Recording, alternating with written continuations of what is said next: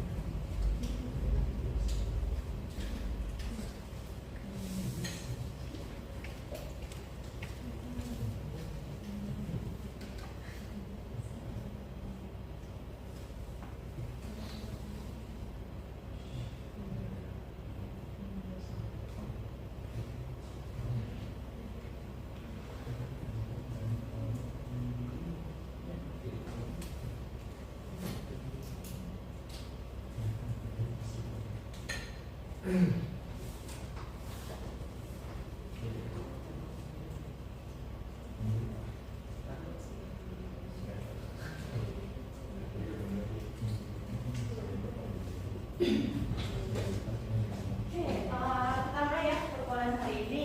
Assalamualaikum warahmatullahi wabarakatuh. Waalaikumsalam warahmatullahi wabarakatuh. Selamat siang semuanya. Sehat hari ini?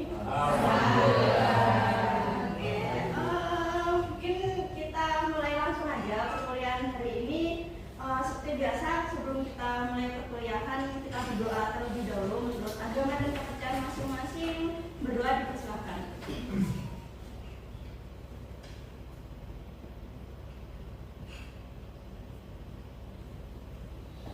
Berdoa dapat diakhiri. Mungkin sebelum kita mulai perkuliahan, silakan kalian scan dulu presensi hari ini biar kelihatan siapa aja yang sudah hadir.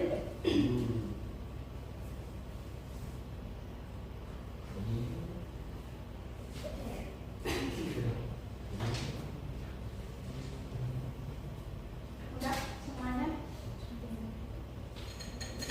Udah ya? Oke, kita lanjut. Jadi hari ini di pertemuan kelima kita akan membahas materi lanjutan dari pekan sebelumnya. Hari ini kita akan membahas pemodelan untuk deret yang tidak stasioner. Di pekan lalu kan kita udah membahas untuk pemodelan deret yang stasioner. Semoga kalian masih ingat ya materi pekan lalu.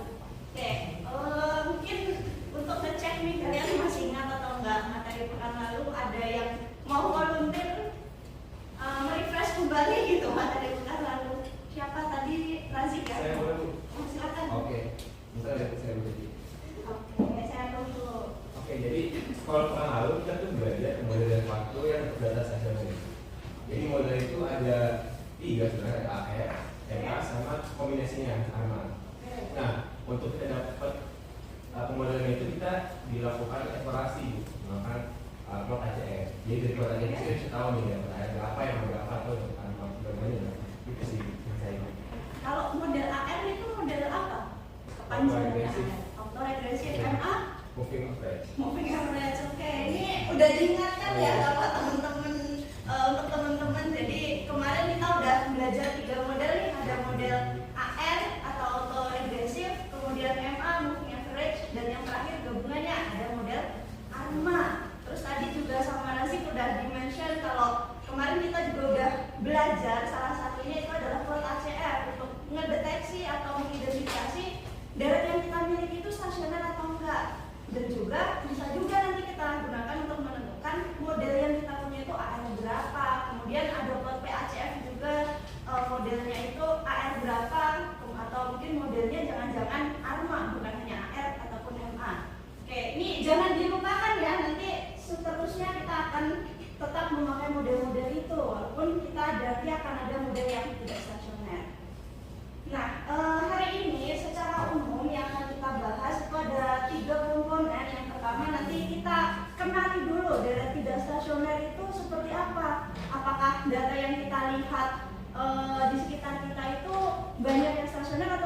stasioner. Kemudian kalau kita udah tahu deretnya ternyata nggak stasioner nih, sementara model yang mau kita bangun itu adalah model untuk deret yang stasioner. Tadi yang sudah disebutkan Razik, ada AR, ada MA ataupun model ARMA.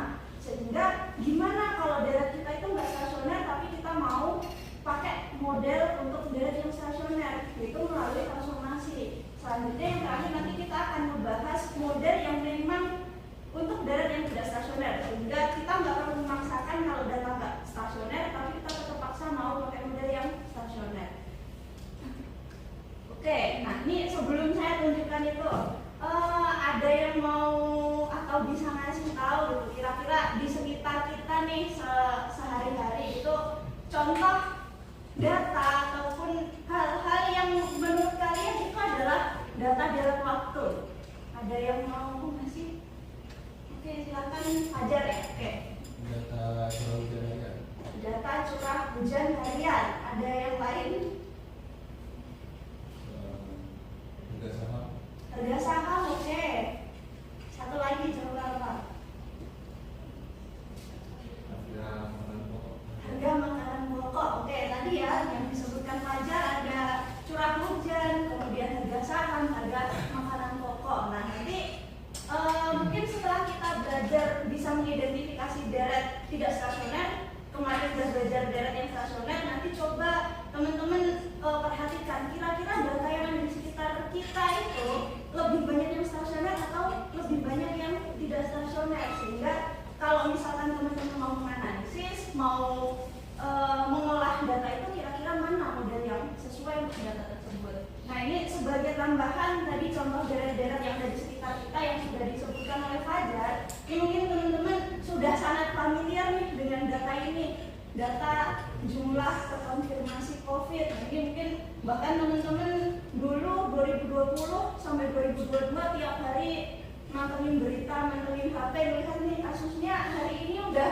berapa, kasusnya jam ini berapa, pergerakannya dari waktu ke waktu itu seperti apa. Nah, ini contohnya ya, misalkan untuk terkonfirmasi COVID, ternyata datanya itu dari waktu ke waktu nggak tetap, tapi dia range-nya, jumping-nya itu misalkan ini sekitar bulan apa ya, ini sekitar awal-awal Januari mungkin ya 2021, atau mungkin sekitar Maret April 2021, kemudian di juga awal tahun 2022, akhir tahun 2021 itu ternyata ada lonjakan yang mana itu polanya sangat berbeda dengan data-data yang lain. Begitupun untuk kasus jumlah orang yang meninggal, di sini juga di periode tertentu ada lonjakan yang nilainya itu sangat fluktuatif dibandingkan yang lain. Data yang lain contohnya di sini ada data harga emas. Kalau teman-teman perhatikan di sini juga di periode-periode tertentu ada lonjakan. Kemudian ada di sini kelihatan polanya naik, polanya ada yang turun. Nah, mungkin teman-teman sambil refresh di pekan lalu beberapa grafik yang sudah saya tunjukkan untuk deret yang stasioner itu kan polanya terlihat berbeda ya. Kalau kemarin mungkin datar-datar aja datanya, tapi di sini teman-teman bisa lihat nih dari yang awal tadi ini ternyata nggak datar-datar aja datanya. Kemudian harga emas, bahkan ini untuk konsumsi listrik harian di Indonesia itu datanya naik terus. Artinya orang Indonesia itu tiap hari pengguna listriknya makin banyak nih, sehingga datanya nggak berhenti atau berfluktuasinya di nilai-nilai tertentu. Nah, ini data-data yang udah teman-teman lihat, data konfirmasi COVID, data jumlah orang yang meninggal karena COVID, kemudian data harga emas, data konsumsi listrik per kapita orang Indonesia, ini adalah contoh-contoh data yang tidak stasioner. Nah, apa cirinya data yang tidak stasioner? Mungkin yang terlihat jelas kalau dibandingkan pekan lalu, teman-teman masih ingat di sini adalah datanya itu ada tren atau ada perubahan arah. Datanya mungkin awalnya lurus-lurus aja, lurus di nilai tertentu, tapi di periode yang lain itu datanya ada lonjakan naik, atau justru di periode tertentu dia akan turun, atau bahkan datanya itu naik turun berfluktuatif. Nah, ini adalah contoh atau ciri-ciri data yang tidak stasioner. Nah, mungkin tadi secara eksplorasi kita bisa mengenali data yang tidak stasioner itu secara gampangnya seperti yang sudah saya katakan, bahwa deret itu atau data itu dia polanya itu tidak lurus-lurus saja, atau datanya dari awal periode sampai akhir periode itu tidak lurus-lurus saja, tapi ada pola naik, ada pola turun, atau campuran naik dan turun. Nah, di sini kalau kita bicara secara dalam keilmuan secara matematisnya ya teman-teman, di sini di minggu lalu ketika kita bicara model AR itu kita udah membahas terkait bahwa deret itu bisa saja mengikuti AR tapi dia tidak stasioner. Nah, gimana gitu ya? Karena kan model AR harusnya stasioner nih, tapi kok deret AR tapi nggak stasioner. Nah, di sini kita refresh kembali bahwa suatu deret itu ketika mengikuti proses AR dia stasioner ketika mengikuti sifat tertentu. Nah, di sini saya bicaranya untuk model AR1 dan model AR2. Kenapa kok hanya dua ini? Padahal AR itu kan bisa sampai P ordonya. Tapi kita cuma dua nih yang dibahas. Nah, di sini dari beberapa referensi yang digunakan itu memang umumnya yang dibahas itu hanya sampai dua, karena ketika ordo dari AR-nya itu sudah lebih dari dua, katakan tiga aja, ini penurunan untuk mencari kestasioneran ini udah sangat rumit, sehingga di sini umumnya di beberapa referensi itu hanya sampai dua aja. Nah, ini mengingat kembali ya bahwa AR1 itu akan stasioner kalau nilai parameter P-nya itu dalam harga mutlak itu nilainya kurang dari 1. Sementara untuk AR2 di sini ada 3 syarat yang mana 3-tiganya harus terpenuhi ya. Kalau yang terpenuhi hanya 1 aja ya dia tetap tidak akan stasioner. Jadi syarat pertama bahwa parameter dari P2 nilainya harus kurang dari 1 dalam nilai mutlak. Kemudian syarat keduanya jumlahan dari parameter 1 dan 2 itu harus kurang dari 1.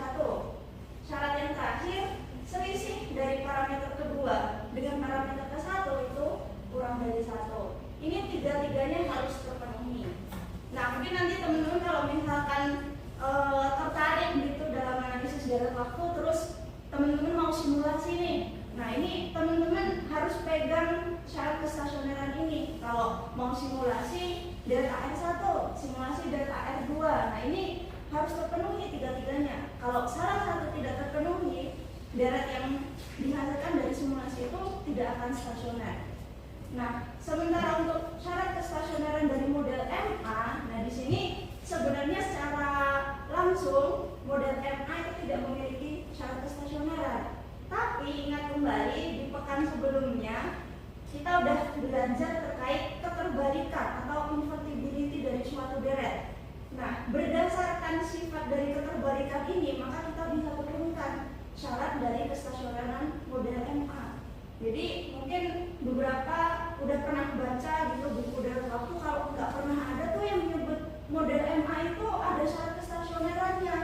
Nah, di sini memang secara langsung tidak ada yang menyebutkan, tapi kita turunkan dari keterbalikan. Nah, di sini hampir mirip dengan syarat AR untuk model MA. Kalau MA1 nilai parameternya harus kurang dari 1.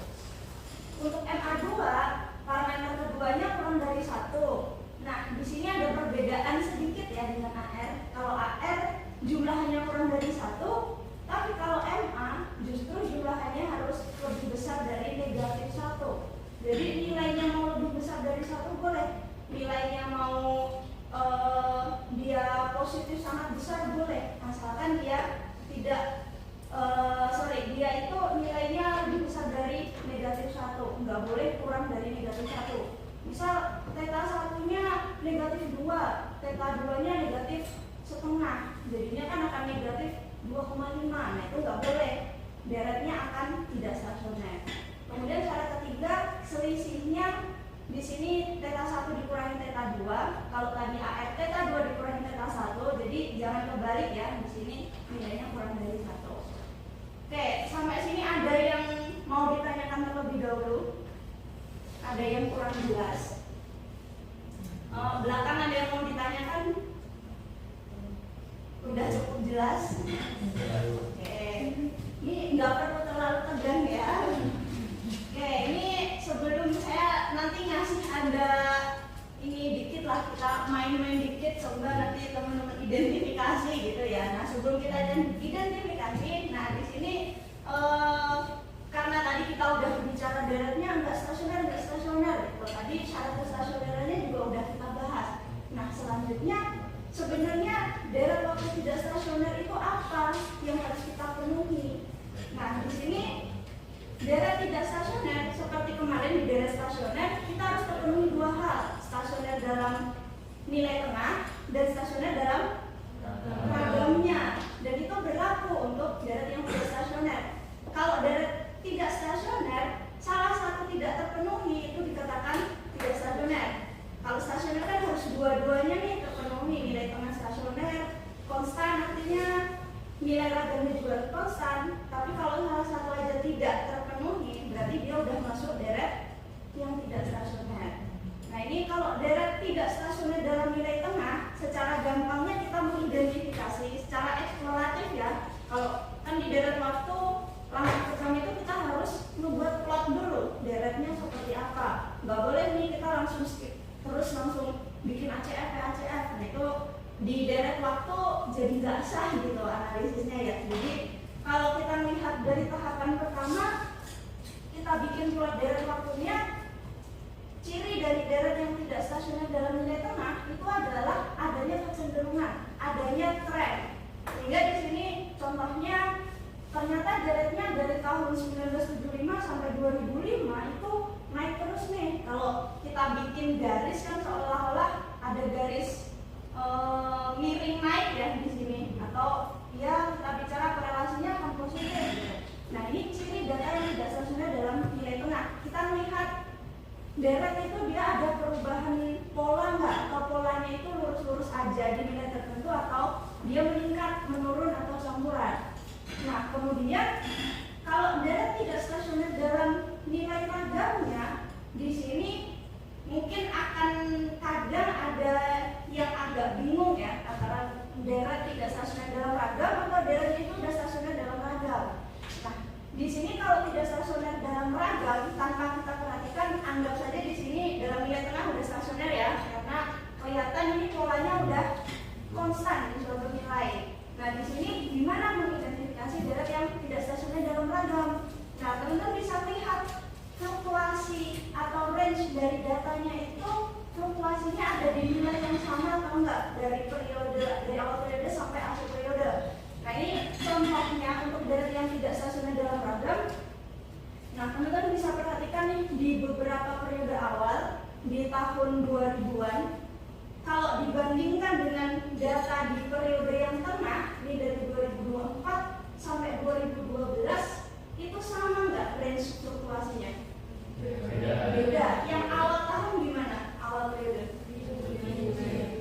Lebih besar, lebih lebar. Jadi kelihatan mungkin nilai minimumnya itu sampai negatif 23 atau 22, sementara paling besarnya sampai positif 30. Artinya range-nya itu sangat besar. Sementara di periode yang tengah, di sini kalau kita perhatikan, ambil saja satu titik di sini, beberapa titik di sini. Ini ternyata range-nya itu hanya dari negatif 10 sampai positif 10. Itu terjadi lagi di beberapa periode yang lain. Di sini contohnya di 2008 ini ada yang sampai negatif 20-an lagi. Di belakang juga. Nah, ketika kita punya data seperti ini, ketika range dari datanya itu berbeda-beda, di periode-periode tertentu ada yang lebih lebar, di periode-periode tertentu ada yang lebih sempit range-nya. Ini adalah salah satu ciri data yang tidak stasioner dalam nilai ragam. Ini secara eksploratifnya seperti itu. Gimana cara mendeteksi yang lain? Nah, nanti kita bahas untuk metode yang lainnya, secara ujinya seperti apa. Nah, ini secara eksploratif dulu. Oke, untuk melihat nih tadi yang udah kita bahas sebelum-sebelumnya, kira-kira memang sudah paham atau belum? Coba nih udah duduk kelompok ya, masing-masing ya. Oke, nah silakan dari 9 deret yang sudah ditampilkan diskusikan secara kelompok.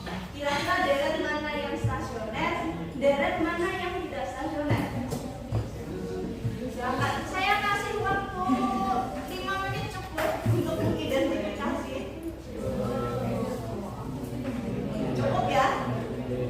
Oke, silakan didiskusikan dulu.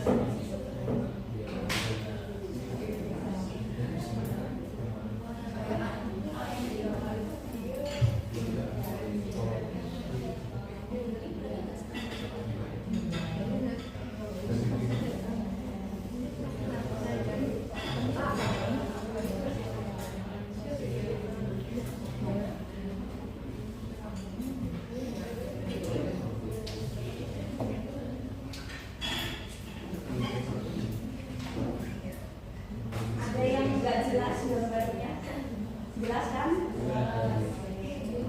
Silakan kalian diskusikan. Kira-kira apa jangan-jangan nggak stasioner semua itu? Atau ada yang stasioner?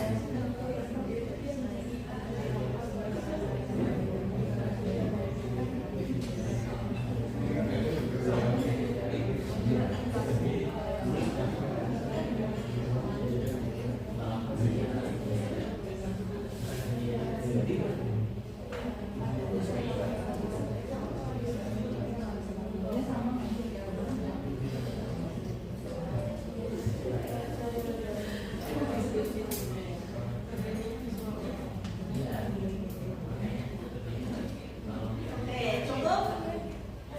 Coba mungkin perwakilan ada yang mau kira-kira berpendapat dari 9 gambar yang ditampilkan ini, kira-kira mana yang stasioner, mana yang tidak stasioner? Silakan Bu. Oke, silakan. Bentar, namanya siapa? Saya lupa nih. Oke, namanya Aziza Bu. Oke, Aziza, silakan. Yang tadi hasil diskusi kita berempat, kalau yang satu dia nggak stasioner, soalnya ada kenaikan datanya. Oke, ini ada naik. Terus? Kalau yang B juga nggak stasioner, soalnya tiba-tiba dia jadi lebar. Oke, ini karena ada ini pencilan ya. Oke, lanjut. Nah, kalau yang C juga kan ada trennya tuh, jadi tidak stasioner. Oke, trennya di mana tuh menurut Aziza? Di tengah-tengah. Di Ada tengah-tengah. ada turun ada naik lagi. Oke, ini turun naik. Terus Oke. Terus kalau yang B D itu apa tadi? Tidak stasioner.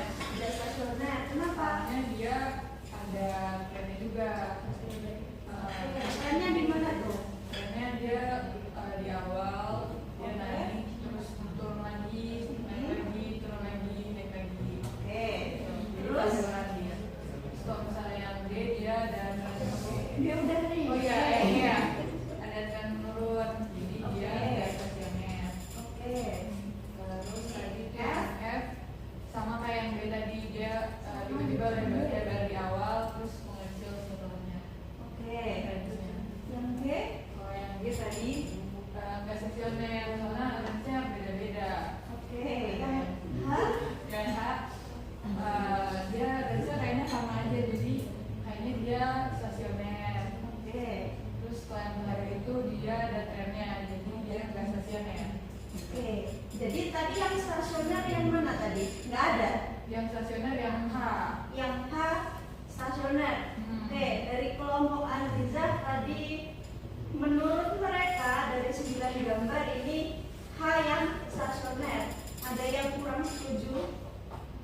Mungkin mau menanggapi misalkan bukan yang slot A itu stasioner, yang H itu nggak stasioner. Ada yang mau menanggapi? Oke, silakan. Namanya siapa? Nama saya Anis. Oke. Untuk yang berikut saya tidak setuju kalau itu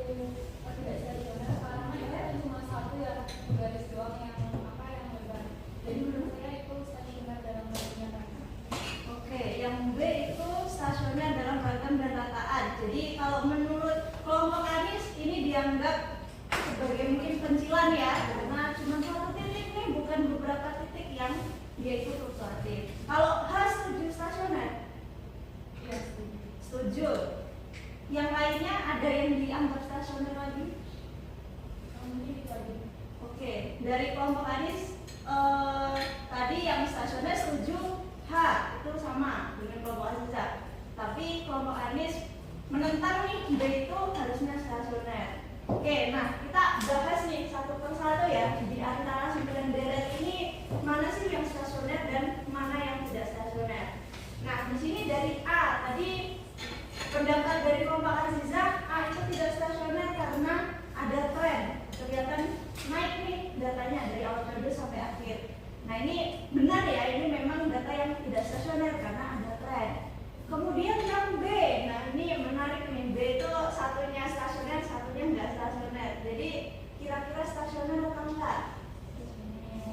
Stasioner untuk kelompok ini, yang stasioner yang lain setuju yang mana? Stasioner. Stasioner. Oke, jadi yang B ini adalah deret yang stasioner.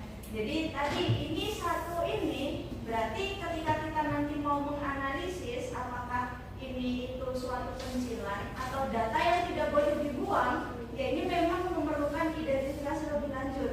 Jadi bisa aja tadi di awal saya sudah sempat menyebutkan kalau ada range-nya itu berbeda-beda, itu ciri data tidak stasioner dalam ragam. Tapi perlu diingat kembali bahwa kita itu punya data itu belum tentu selalu datanya itu clean, datanya itu udah bersih. Kadang kita untuk menganalisis data dari waktu aja kita perlu melakukan preprocessing dulu. Salah satunya ya kita cek dulu ini pencilan yang perlu kita pertahankan atau pencilan yang perlu kita tangani. Kan kalau pencilan nggak boleh kita biarkan, harus kita identifikasi lebih lanjut. Jadi B ini adalah deret yang stasioner. Kalau teman-teman perhatikan di sini B itu adalah hasil differencing dari data yang A. Nah, differencing itu apa? Kita akan bahas selanjutnya. C ini juga tidak stasioner. Tadi sudah benar penjelasan dari Aziza bahwa C tidak stasioner karena di sini ada perubahan nih, awalnya turun, kemudian ada naik tajam atau tadi ada tren. D itu nggak stasioner juga. Ini mungkin secara lebih spesifiknya gitu ya. Ini adalah data yang dia itu musiman. Nanti teman-teman di pertemuan ke-10 atau 11 itu akan membahas deret untuk yang musiman. Nah, musiman itu ada musiman yang stasioner, ada musiman yang tidak stasioner. Nah, ini kita akan bahas lebih lanjut di pertemuan ke-10. Di sini juga terlihat jelas tidak stasioner ya, karena ada tren menurun. F juga ada perubahan pola nih dari turun naik, dia nggak stasioner. Nah, ini G nih, G mungkin banyak yang terkecoh ya di sini. G itu banyak yang bilang kalau G ini nggak stasioner. Padahal G ini adalah data yang stasioner. Kenapa kok G ini stasioner? Nah, ini kalau teman-teman perhatikan di sini banyak data yang di titik-titik 0. Nah, ketika data di titik 0 itu datanya nggak ada, itu mungkin yang membuat teman-teman itu terkecoh kalau seolah-olah data ini tuh nggak stasioner. Padahal data ini adalah data yang stasioner. Dia berfluktuasinya bukan di sekitar 0, tapi justru berfluktuasinya itu di angka berapa ini? 2000-an. Sehingga ini adalah kalau saya bikin garis nih di sini, dia kira-kira fluktuasinya di angka yang masih sekitar 2000-an atau enggak? Nah, ini adalah salah satu contoh mungkin nanti teman-teman ketika menganalisis data dari waktu. Nah, ini biasanya data empiris, data real itu ya kayak gini. Kita nggak mungkin akan dapatkan, jarang lah dapat data yang langsung polanya itu akan sangat jelas kelihatan ini stasioner, ini nggak stasioner, tapi bisa juga akan mengecoh seperti ini. Nah, H dan I di sini sama-sama deret yang tidak stasioner. Jadi tadi H itu nggak stasioner ya. Kelompok Anis menjawabnya stasioner atau enggak ini? Nggak stasioner. Oke, di sini H itu nggak stasioner. Di sini sama kasusnya dengan D. Ini akan nanti ngarahnya ke kasus data musiman. Jadi di sini juga kelihatan kalau kita udah lakukan transformasi akan kelihatan lebih jelas nantinya. I sudah sangat jelas ya, kalau nggak stasioner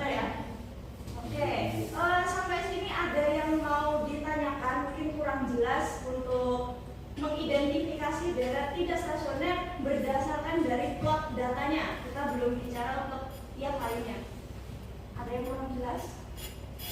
Jelas. Jelas, bener jelas ya. Nanti kalau di akhir ada postas nilainya harus bagus loh ya. Karena udah menyatakan dengan sangat yakin kalau jelas. Jadi harus bagus ini nilainya. Oke, mungkin sebelum kita lanjut ke transformasi, kita istirahat dulu bareng semenit ya, biar saya punya waktu untuk istirahat dulu dari ngomong. Atau teman-teman kalau misalkan ada yang mau ditanyakan sangat boleh.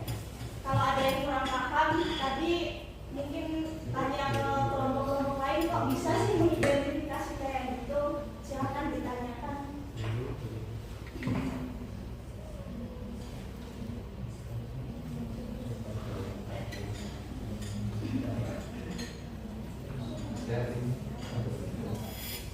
Untuk proyeknya udah pada dapat data kan semuanya? Nanti kita coba dengar ya, lihat ya, mungkin satu kelompok aja cukup. Kira-kira udah sampai mana nih progresnya? Apakah baru masih nyari data atau udah sampai eksplorasi?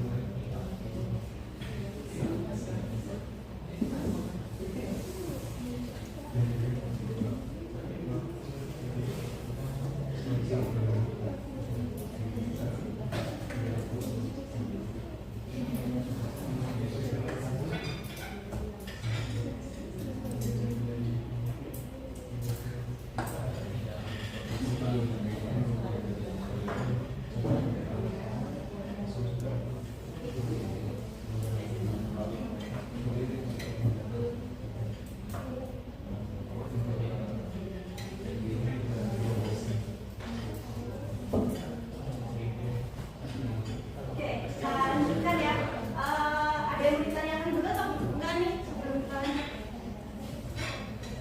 Boleh sih. Tadi mungkin lewat atau enggak, cuman kenapa sih kita perlu mengecek data itu stasioner atau Oke, nah ini menarik nih pertanyaan dari salah satu teman kalian. Ngapain kalau kita susah-susah harus dicek dari itu stasioner atau enggak? Nah ini nanti jawabannya di sini kita akan melihat prosesnya setelah ini. Tapi kenapa kok harus stasioner? Karena kan kalau daratnya nggak stasioner pun tetap bisa kita modelkan seperti itu. Yang modelnya nanti akan kita bahas. Nah di sini darat itu kenapa harus stasioner? Itu adalah akan berkaitan dengan kalau orang melakukan pemodelan darat waktu itu umumnya tujuannya apa? Memprediksi. Nah, kalau darat kita nggak stasioner, itu nanti hasil prediksinya yang dia akan berbias. Hasilnya tidak akan bagus, hasilnya tidak akan mengikuti atau tidak akan sesuai dengan sifat asli data. Coba kalau misalkan nih kita punya data daratnya yang pertama stasioner nih.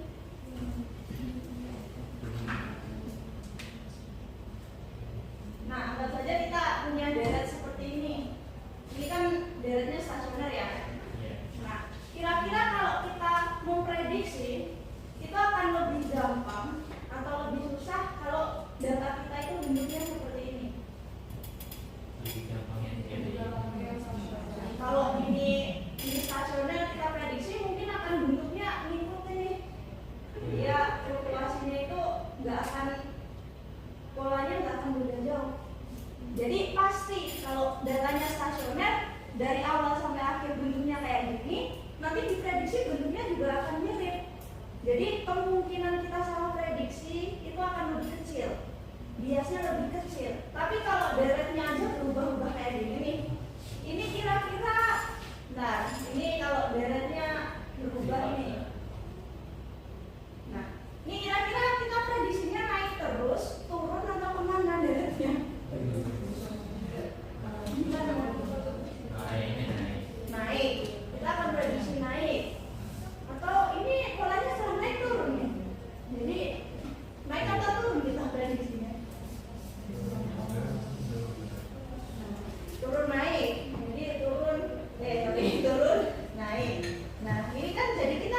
nih, data ini tuh dia ini titik di sini tuh ngikutin pola sampai sini, atau sini itu sebenarnya udah sampai sini pola yang diikuti. Jadi kita juga akan bingung, kita itu akan memprediksinya ini naik karena kita berasumsi misalkan ya, kita berasumsi titik terakhir ini tuh dia sudah sampai ngikutin pola ini. Kalau seperti itu kita berpikirnya dia masih akan naik terus nih. Padahal misalkan realnya titik ini tuh udah di ujung sini, dia itu harusnya udah turun. Nah inilah efek ketika data kita itu nggak stasioner, tapi tetap kita paksa langsung kita modelkan. Jadi hasil dari prediksi yang kita peroleh itu dia akan errornya akan kemungkinan besar, biasanya juga akan besar karena ini nggak tahu titik ini tuh harus ngikutin atau deret ini tuh perubahannya harus kemana. Kalau yang stasioner kan udah pasti nih titiknya ya di situ aja nggak berubah, sehingga prediksinya juga akan lebih mengikuti dan kemungkinan besar akan lebih tepat dibandingkan kalau nggak stasioner. Oke, sudah terjawab ya? Sudah terjawab. Oke, yang lain ada yang ingin ditanyakan?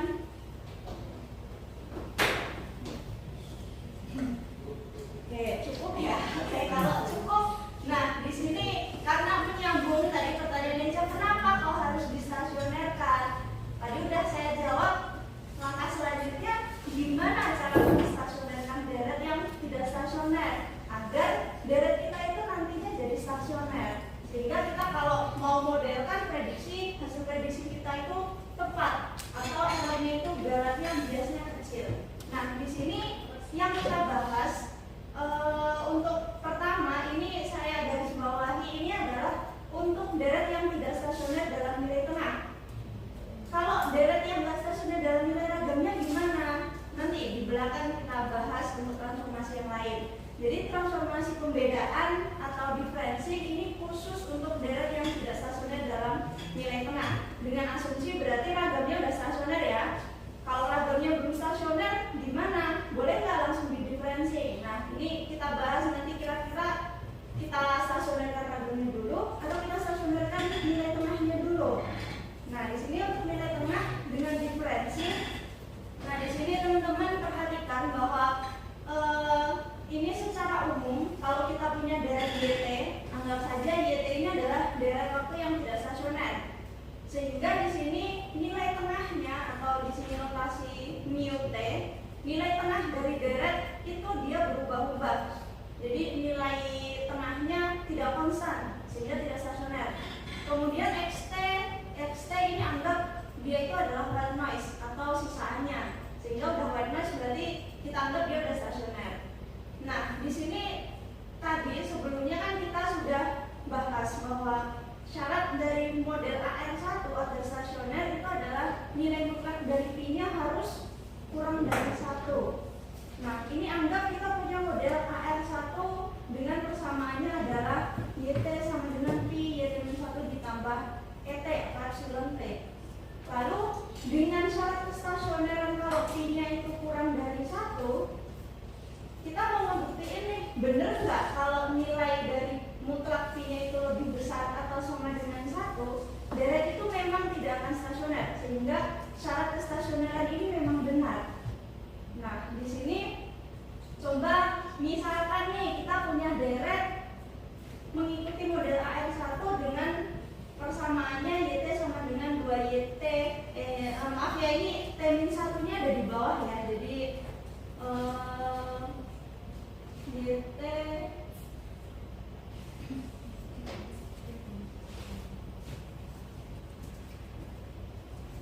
sama dengan 2YT-1 ditambah ET, di mana ET-nya itu berdistribusi bebas stokastik rata-rata 0 dengan ragamnya sigma kuadrat E.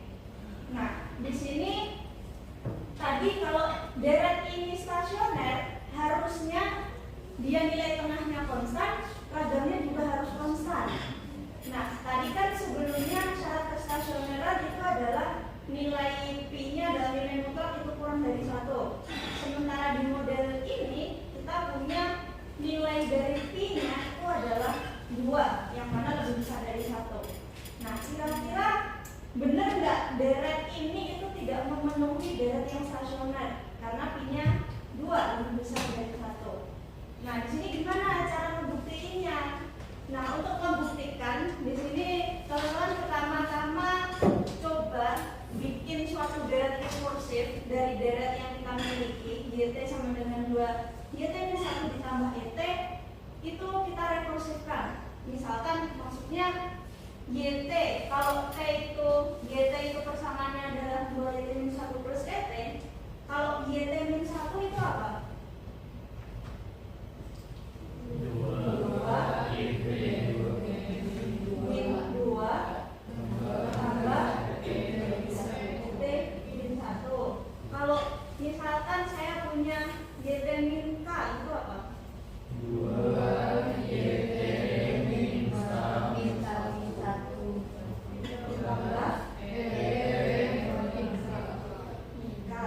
Oke, nah di sini kan kita bisa tahu dari persamaan basis awal kita YT sama dengan 2 YT min 1 ditambah ET, berarti YT min 1, YT min 2 dan seterusnya itu kita akan dapatkan.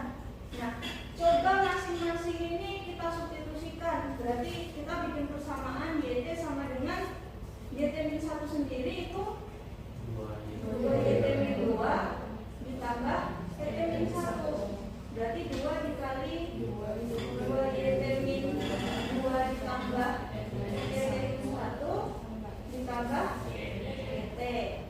Oke, kita lanjutkan rekursif 2 dikali kita kalikan aja biar kelihatan nanti polanya. Ini 2 kali 2 berarti 2 pangkat 2 YT min 2 ditambah 2 YT min 1 ditambah YT. YT min 2 nya kita substitusi dengan YT min 2 nya kita substitusi seperti sebelumnya. 2 pangkat 2 YT min 3 ditambah YT min 2 ditambah 2 YT min 1 ditambah YT. Nah, ini sampai sini kan kita bisa lihat nanti polanya 2 pangkat 3 YT min 3 ditambah 2 pangkat 2 YT min 2 ditambah 2 YT min 1 ditambah YT. Nah, dari sini udah bisa mengidentifikasi belum polanya? Kelihatan kan? Coba kalau kita sampai dapat terakhirnya itu adalah semuanya udah nggak ada YT min sekian, tapi udah kita dapat Y-nya itu terakhir adalah Y0. Berarti kan ini akan YT min 3 kita substitusi pakai YT min 4 dan seterusnya sampai kita dapat Y0. Proses rekursif ini kalau kita lanjutkan nanti kita akan dapat persamaannya seperti ini, bahwa YT sama dengan 2 YT min 1 ditambah ET itu dia akan ekuivalen sama dengan YT sama dengan ET ditambah 2 YT min 1 ditambah 2 pangkat 2 YT min 2 dan seterusnya sampai 2 pangkat T dikalikan Y0. Nah, ketika kita udah dapat ini, selanjutnya kan tadi kita mau ngebuktikan nih, bener nggak deret ini itu tidak stasioner? Berarti nilai tengahnya tidak stasioner atau nilai ragamnya yang tidak stasioner. Oke, ada yang mau membuktikan gimana dari deret YT itu kok dia nggak stasioner? Boleh dari nilai tengahnya, boleh dari nilai ragamnya. Ini ragamnya sudah saya cantumkan nih di sini. Kira-kira gimana nih dapat bentuknya ini? Atau boleh nih kalau mau lihat dia tidak stasioner dalam nilai tengahnya. Nilai harapan YT-nya berarti dia nggak stasioner. Ada yang mau nyoba? Boleh coret-coret dulu juga boleh. Mau langsung di depan biar nanti kita lihat bareng-bareng prosesnya seperti apa.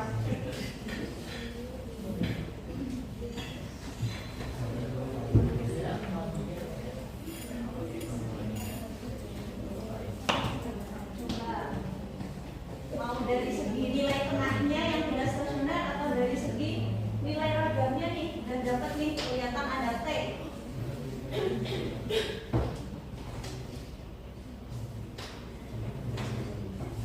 mau maju? Oke, silakan boleh ambil. Ini mau membuktikan dari ragam atau nilai tengah? Dari ragam. Dari ragam, oke. Kita lihat ya. Oke, nanti tolong teman-teman bantu cek ya, bener atau enggak. Bener apa enggak dulu?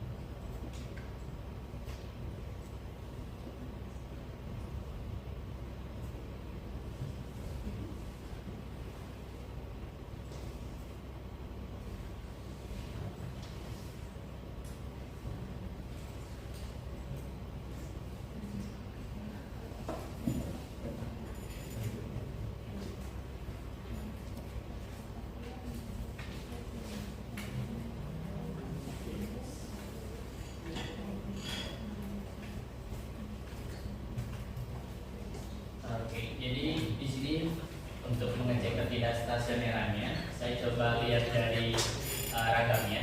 Kan kalau untuk stasioner dalam ragam, berarti ragam untuk tiap periode waktu harusnya memiliki nilai yang sama.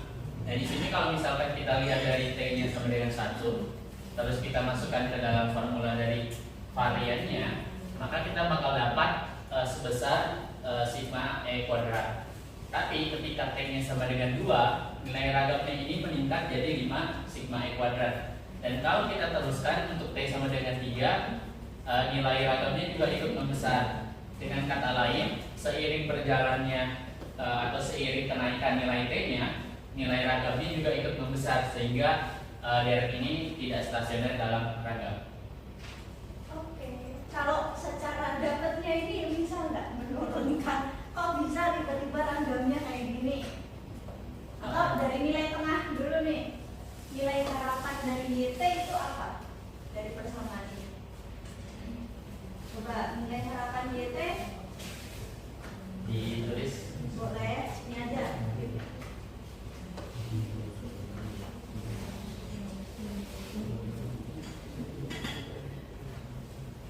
Tuliskan nilai harapan YT. Jadi sama aja dengan nilai harapan. nilai harapan dari PT Oke. ditambah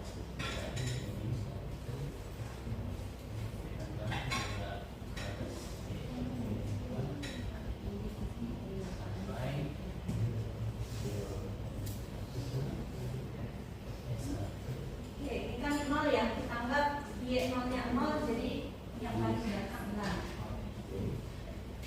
Oke, coba nilai harapan itu, nilai harapan itu nilai harapan PT 0. Oke, Kemudian nilai harapan dari 2 kali nilai harapan ETB1 juga 0. 0. Oke, 2 kuadrat dari nilai harapan ETB2 juga 0. oke, Dan seterusnya sampai dapat ini juga 0. oke. Jadi kalau dijumlahkan nilai harapannya bakal 0. Oke, berarti deret ini secara nilai tengah dia stasioner atau enggak? Stasioner.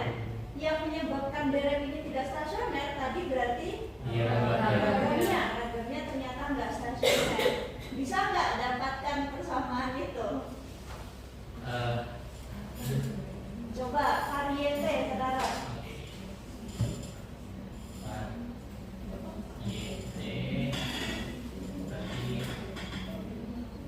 Kok jadi E? Kayak gini aja. Langsung aja. variete ditambahkan.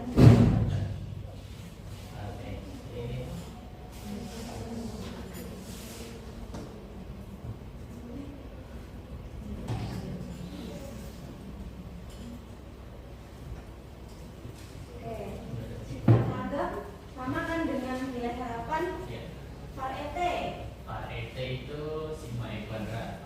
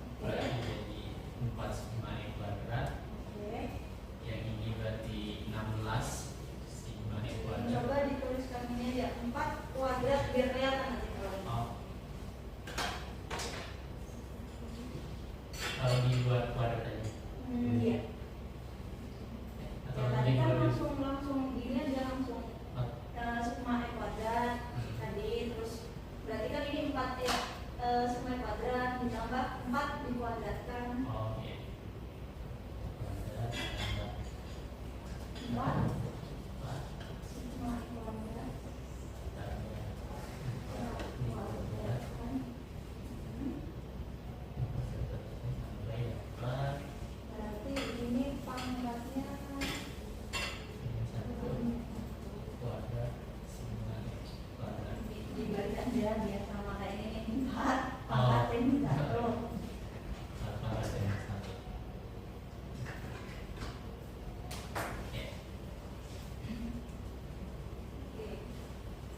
lihat. Oke. Ini deret apa menurut lu? Ini deret geometrik. Oke, deret geometrik. Sekarang kalau sigma E kuadratnya kita keluarkan dari semuanya. Sigma E kuadrat kita keluarkan sigma E kuadrat dalam kurung terus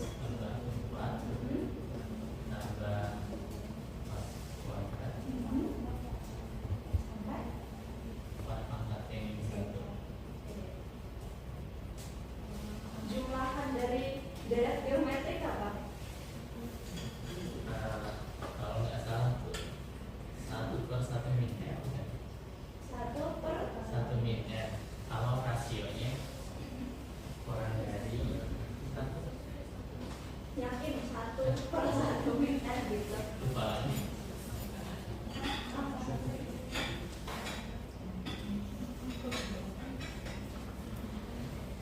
Ini suku pertama. Benar satu. Iya. Oh, huruf A ya. Iya, orang kan. Nah, kita ini dulu. Ini ada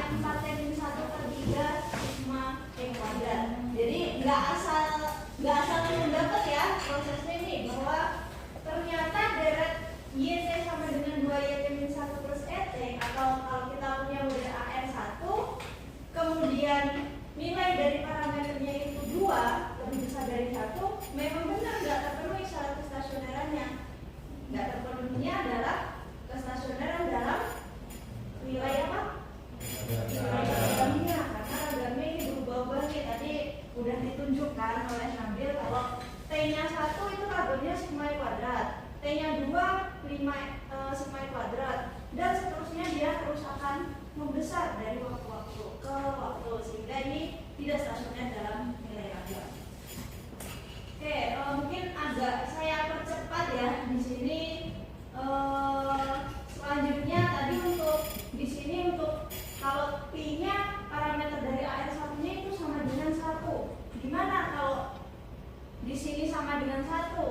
Kalau tadi kan 2, dan kita coba yang lebih besar dari 1. Kalau sama dengan 1 sendiri, di sini kita akan lihat.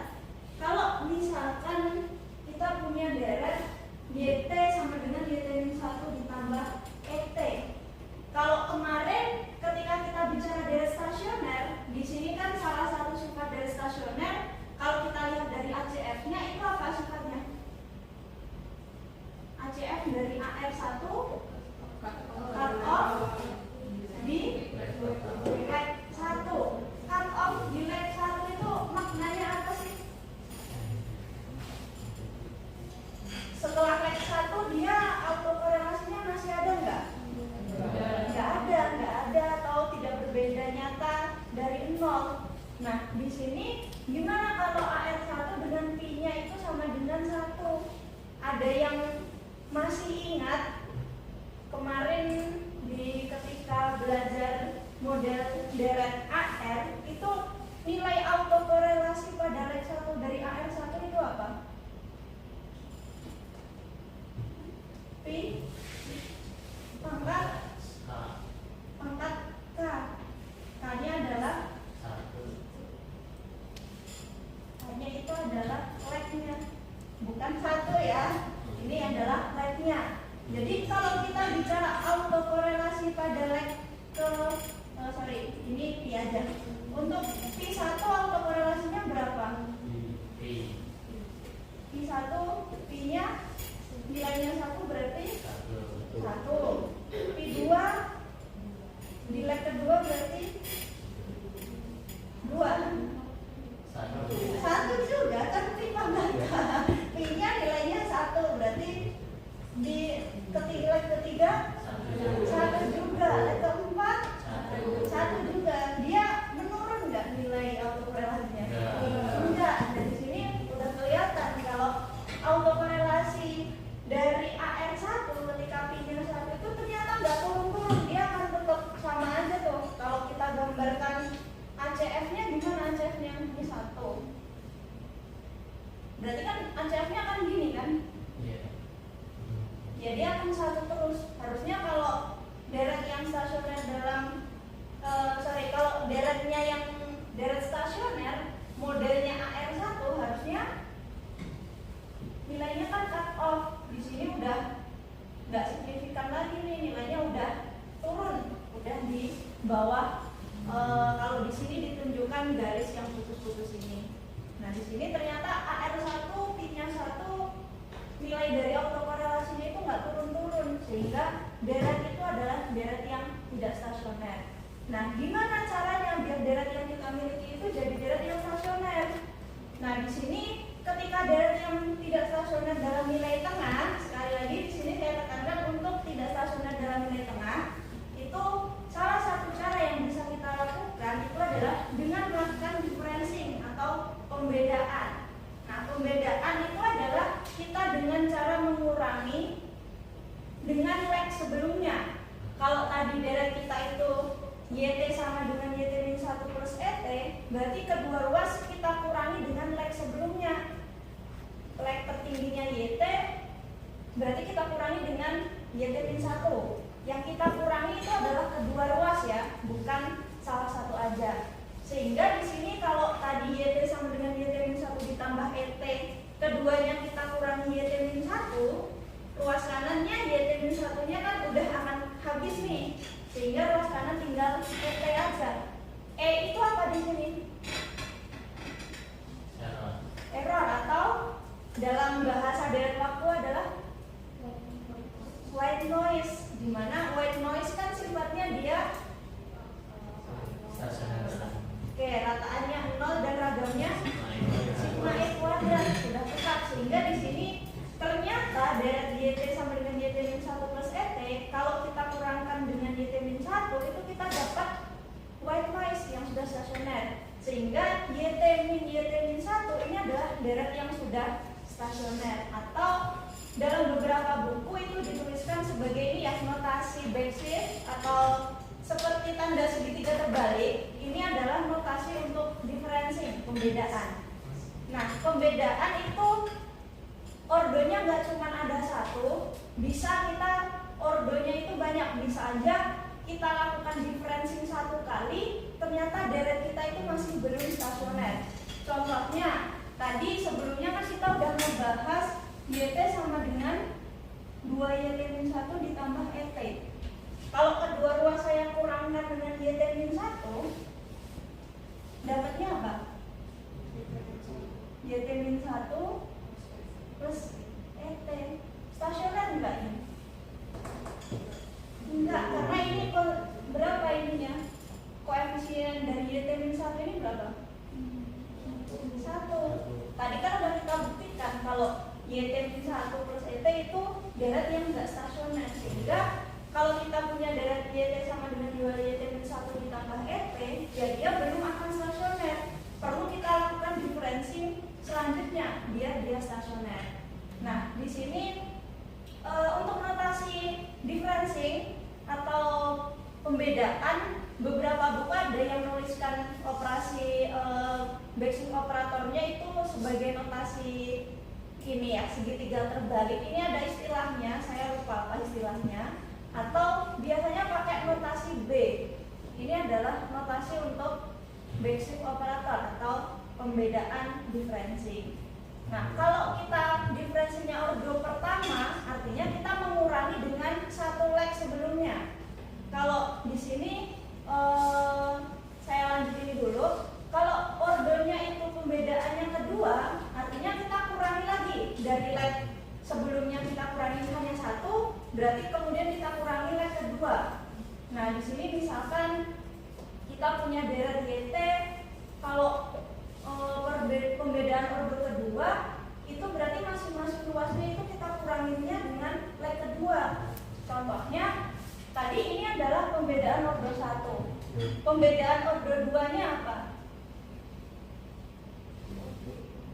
Berarti dikurangi YT min 1 lagi, min 2. Ini saya tulis ini dulu deh biar jelas.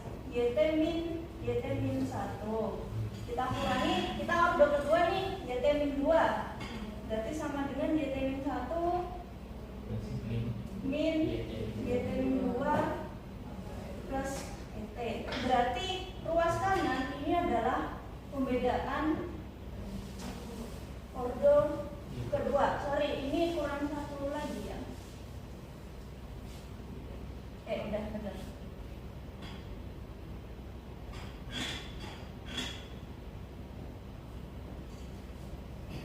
Nah, di sini kalau kita ordo kedua, kita kurangkan lagi. Jadi bukan kok kita mau melakukan pembedaan ordo kedua, berarti langsung aja dari YT kita kurangi YT min 2. Tapi YT kita kurangi dulu YT min 1, baru kita kurangi YT min 2. Ordo seterusnya untuk ordo yang lebih tinggi itu sama, atau secara umum bisa kita tuliskan dalam bentuk backshifting operator itu bisa pakai notasi segitiga terbalik atau pakai notasi B.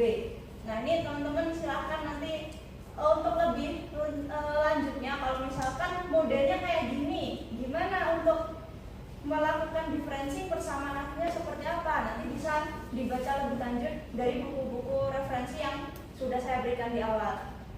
Oke, ini kita agak cepet ya. Di sini selanjutnya ke model ARIMA. Nah, sebelumnya kan kita udah ngebahas nih gimana kalau data kita itu nggak stasioner, tapi anggapannya kita itu punya modelnya hanya model untuk data stasioner. Kita belum kenal data yang kita belum kenal model untuk data yang tidak stasioner. Nah, di sini tadi nyambung pertanyaan yang dari awal, kenapa harus distasionerkan? Nah, kalau teman-teman nggak mau melakukan penstasioneran, ya udah pakai aja model ARIMA. Model ARIMA memang model untuk data yang tidak stasioner. Nah, di sini suatu deret YT itu kita katakan mengikuti model ARIMA, Integrated Autoregressive Moving Average, itu kalau deret yang awalnya tidak stasioner, kita stasionerkan sebanyak D kali, dia itu sudah stasioner. Jadi walaupun model A5 untuk deret yang tidak stasioner, untuk kita dapat A5-nya itu ordonya berapa? Ya kita harus tahu ordo D-nya. Nah, ordo D itu ditentukan dari proses differencing. Jadi tetap kita nggak butuh deret yang kita stasionerkan, tapi kita harus tahu berapa kali kita differencing sehingga deret itu jadi stasioner. Nah, contohnya tadi YT sama dengan 2YT min 1 ditambah NT, kita differencing satu kali tetap belum stasioner. Artinya deret ini, deret YT sama dengan 2YT plus NT, kalau kita lakukan model A5, maka di sini ordo D-nya itu bukan satu yang pasti, karena ternyata satu kali differencing belum stasioner. Nah, ordonya berapa D-nya? Berarti kita harus melakukan differencing lagi sehingga kita dapat deret yang stasioner. Kalau contoh yang sebelumnya, deret YT sama dengan YT min 1 plus ET, tadi kan kita stasionerkan satu kali, dia udah dapat deret yang stasioner. Artinya deret YT kalau kita modelkan dengan A5, D-nya itu akan D-nya ordonya 1 karena sudah stasioner ketika kita differencing satu kali. Nah, biasanya kalau kita melakukan pemodelan itu seringnya yang salah, kelupaan itu karena udah terbiasa differencing, artinya model yang dipakai itu adalah model yang dibangun dari deret yang di differencing. Nah, ini seringnya ya yang salah. Mungkin nanti teman-teman ketika ngerjain proyeknya harus aware terkait hal itu. Ingat kalau model A5 itu untuk deret yang tidak stasioner, jadi tetap dibalikan ke deret aslinya. Oke, ini tadi untuk model A5. Nah, di sini model A5 kalau misalkan karena di sini kita anggap deretnya tidak stasioner, kita butuh differencing, maka model awal kita itu akan berubah. Ini secara penurunannya aja ya. Penurunannya misalkan dari deret YT itu tadi di sini YT-nya mana ini? Oh, YT-nya dari model A5 P1Q. Kemudian WT itu adalah YT min 1. Kita definisikan bentuknya seperti ini. Nah, di sini kalau kita diferensikan satu kali, kita akan dapat persamaan YT min 1. Kemudian kalau kita tuliskan kembali dalam bentuk YT, maka modelnya ini udah lumayan kompleks ya, karena kita anggap ordo P dan Q-nya belum kita set nilainya berapa. Jadi masih tetap dalam bentuk P dan Q. Jadi secara umum bentuknya seperti ini, atau persamaan ini kita sebut sebagai difference equation atau persamaan perbedaan. Artinya ini adalah deret yang awalnya tidak stasioner, terus kita modelkan pakai A5 dengan ordonya dalam contoh ini 1. Kalau contoh yang dalam ordo yang lain ya berarti pasti akan berubah persamaannya lebih kompleks. Oke, ini beberapa model contoh 5, kemudian 511, 22, ARI, 11 dan seterusnya. Di sini ada beberapa contoh.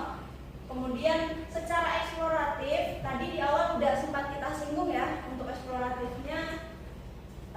Kemudian di sini transformasi lain. Tadi untuk transformasi yang lain yang sudah sempat saya singgung untuk nilai ragam tidak stasioner itu adalah dengan transformasi Box-Cox, yaitu dengan bisa dengan kita akarkan, kita kuadratkan, bahkan kita cari inverse-nya, kita logaritmakan. Nah, di sini mungkin kita bahas bisa kita bahas minggu depan untuk transformasi Box-Cox secara lebih jelasnya. Kemudian ini contoh-contoh aja, beberapa contoh perubahan plot ACF ketika data nggak stasioner kemudian kita stasionerkan. Nah, ini juga contoh-contoh lain. Mungkin nanti teman-teman bisa kita bahas lebih lanjut di minggu depan untuk plot ACF dan PACF dari deret yang tidak stasioner untuk identifikasi modelnya ya. Oke, nanti teman-teman bisa lebih lanjutnya lihat di beberapa referensi yang kita pakai.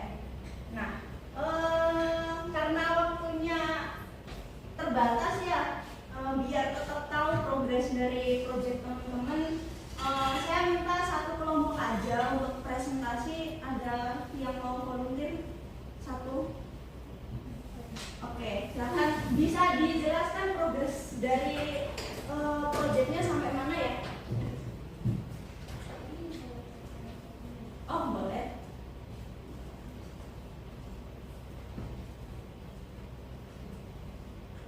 Kirim di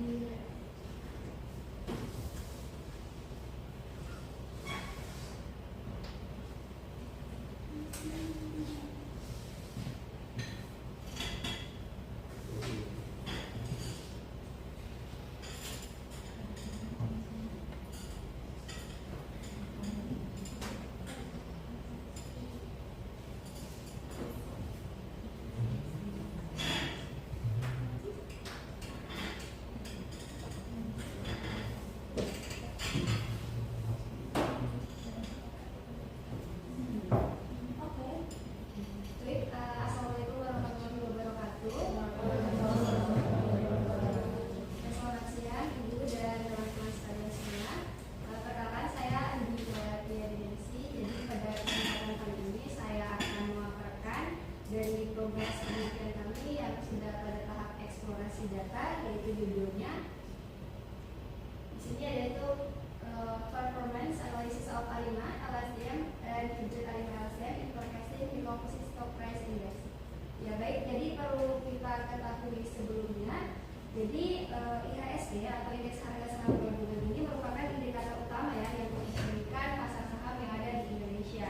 Nah, pergerakan IHSG ini tentunya dipengaruhi oleh beberapa faktor ekonomi, salah satunya itu domestik maupun global, sehingga penting dalam acuan untuk mengambil keputusan investasi. Nah, namun dari permasalahannya adalah pergerakan IHSG ini bersifat kompleks dan fluktuatif sehingga sulit diprediksi untuk menggunakan metode konvensional. Maka dari itu tujuan penelitian kami adalah untuk melakukan prediksi IHSG menggunakan metode ARIMA, di mana ARIMA ini digunakan untuk menangkap pola linear, kemudian LSTM digunakan untuk menangkap pola non-linear, dan yang terakhir adalah hybrid. Nah, hybrid ini harapannya kita itu adalah untuk memperbaiki akurasi model. Jadi harapannya nanti adalah API itu lebih rendah dibandingkan dengan model-model lain yang sudah kita peroleh pada kedua metode sebelumnya.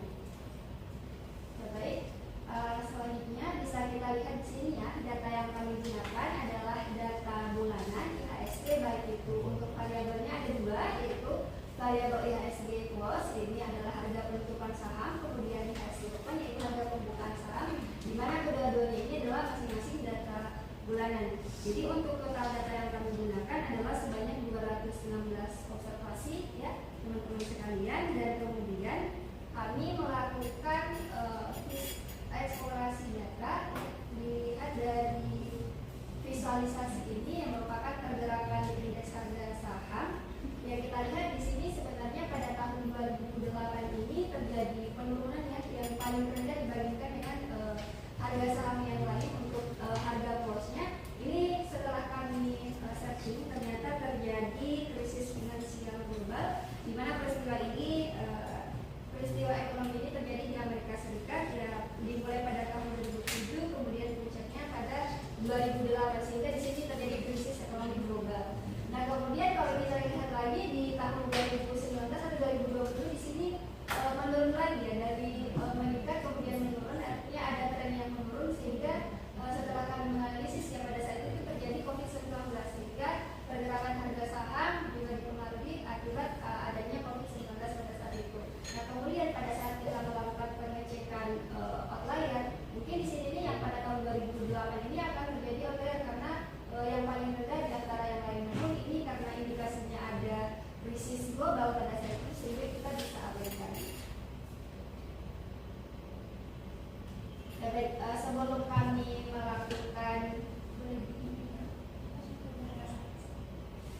jadi sebelum kami melakukan proses eksplorasi lebih lanjut, teman-teman bisa lihat bahwa kami di sini melakukan splitting dataset menjadi 3 skenario.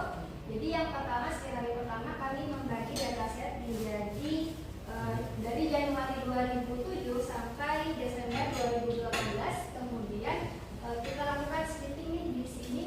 Ya, kenapa kita mengambil tahun 2019 sebagai dataset untuk data testingnya? Karena di sini kita lihat ini meningkat ya.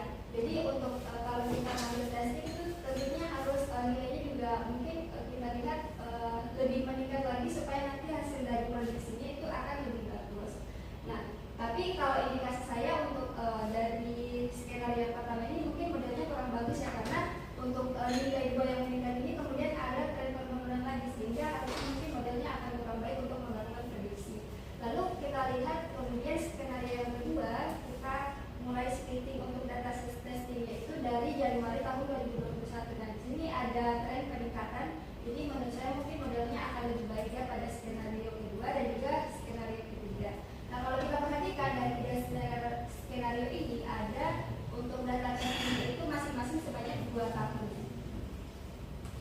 Nah, untuk alasan kami melakukan skenario seperti ini karena kita ingin menguji sebenarnya jumlah data historis yang lebih panjang itu bisa meningkatkan kinerja model apa tidak sih, dan kemudian juga kita ingin melihat presisi. Jadi apakah modelnya ini robust dalam prediksi atau tidak.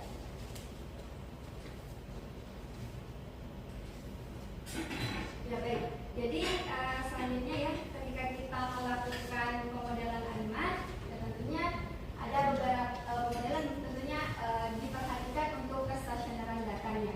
Nah, di sini kita melihat plot ACF-nya untuk ini untuk data close, ini juga untuk data open, tapi saya tidak berikan keterangan di sini karena waktunya tidak sempat ya. Nah, di sini kalau kita lihat ini terjadi penurunan yang secara lambat, atau bisa kita katakan ini dinamakan solidity. Jadi karena penurunan ini secara lambat seperti ini, sehingga kita mengindikasikan bahwa data itu tidak stasioner. Nah, kalau kita lihat dari grafik sebelumnya ya, yang visualisasi itu juga tidak stasioner karena trennya itu naik kemudian meningkat lagi. Nah, itu indikasi data yang tidak stasioner. Nah, ini setelah kami mengindikasikan bahwa datanya tidak stasioner, kami melakukan tahap diferensi. Nah, di sini tahap diferensinya itu tahap diferensi 1. Kalau kita lihat datanya itu sudah konstan ya di suatu nilai, di sini 0. Nah, kalau kita lihat di sini datanya ini sudah stasioner dan diperkuat lagi dengan menggunakan uji ADF atau augmented diffuser bahwa datanya itu kurang metodenya kurang dari 0,05, sehingga datanya sudah stasioner pada saat kita melakukan tahap beta 1. Nah, kita lihat juga pada plot ini ya, ACF-nya sudah cut off di leg 1, sehingga kalau kita analisis bahwa ini datanya sudah stasioner. Kita ingat lagi juga untuk model AF1 yang cut off di leg 1 itu indikasi model yang stasioner. Nah, baik, yang saya jelaskan tadi itu adalah kestasioneran terhadap rataan. Nah, kemudian kita juga ingin memastikan kestasionerannya terhadap ragam. Nah, kestasioner terhadap ragam kami cek melakukan Bostock transformation after difference. Jadi data yang dicek itu adalah data after difference-nya. Nah, kalau kita lihat di sini setelah melakukan Bostock transformation ini nilai lambdanya sebesar 1, karena nilai lambda sebesar 1 sehingga datanya ini sudah stasioner terhadap ragam. Nah, ini juga sebenarnya bisa kita lihat ya di plotnya ini sudah stasioner pada ragam. Nah, mungkin itu saja ya dari kami. Sekian. Wassalamualaikum warahmatullahi wabarakatuh.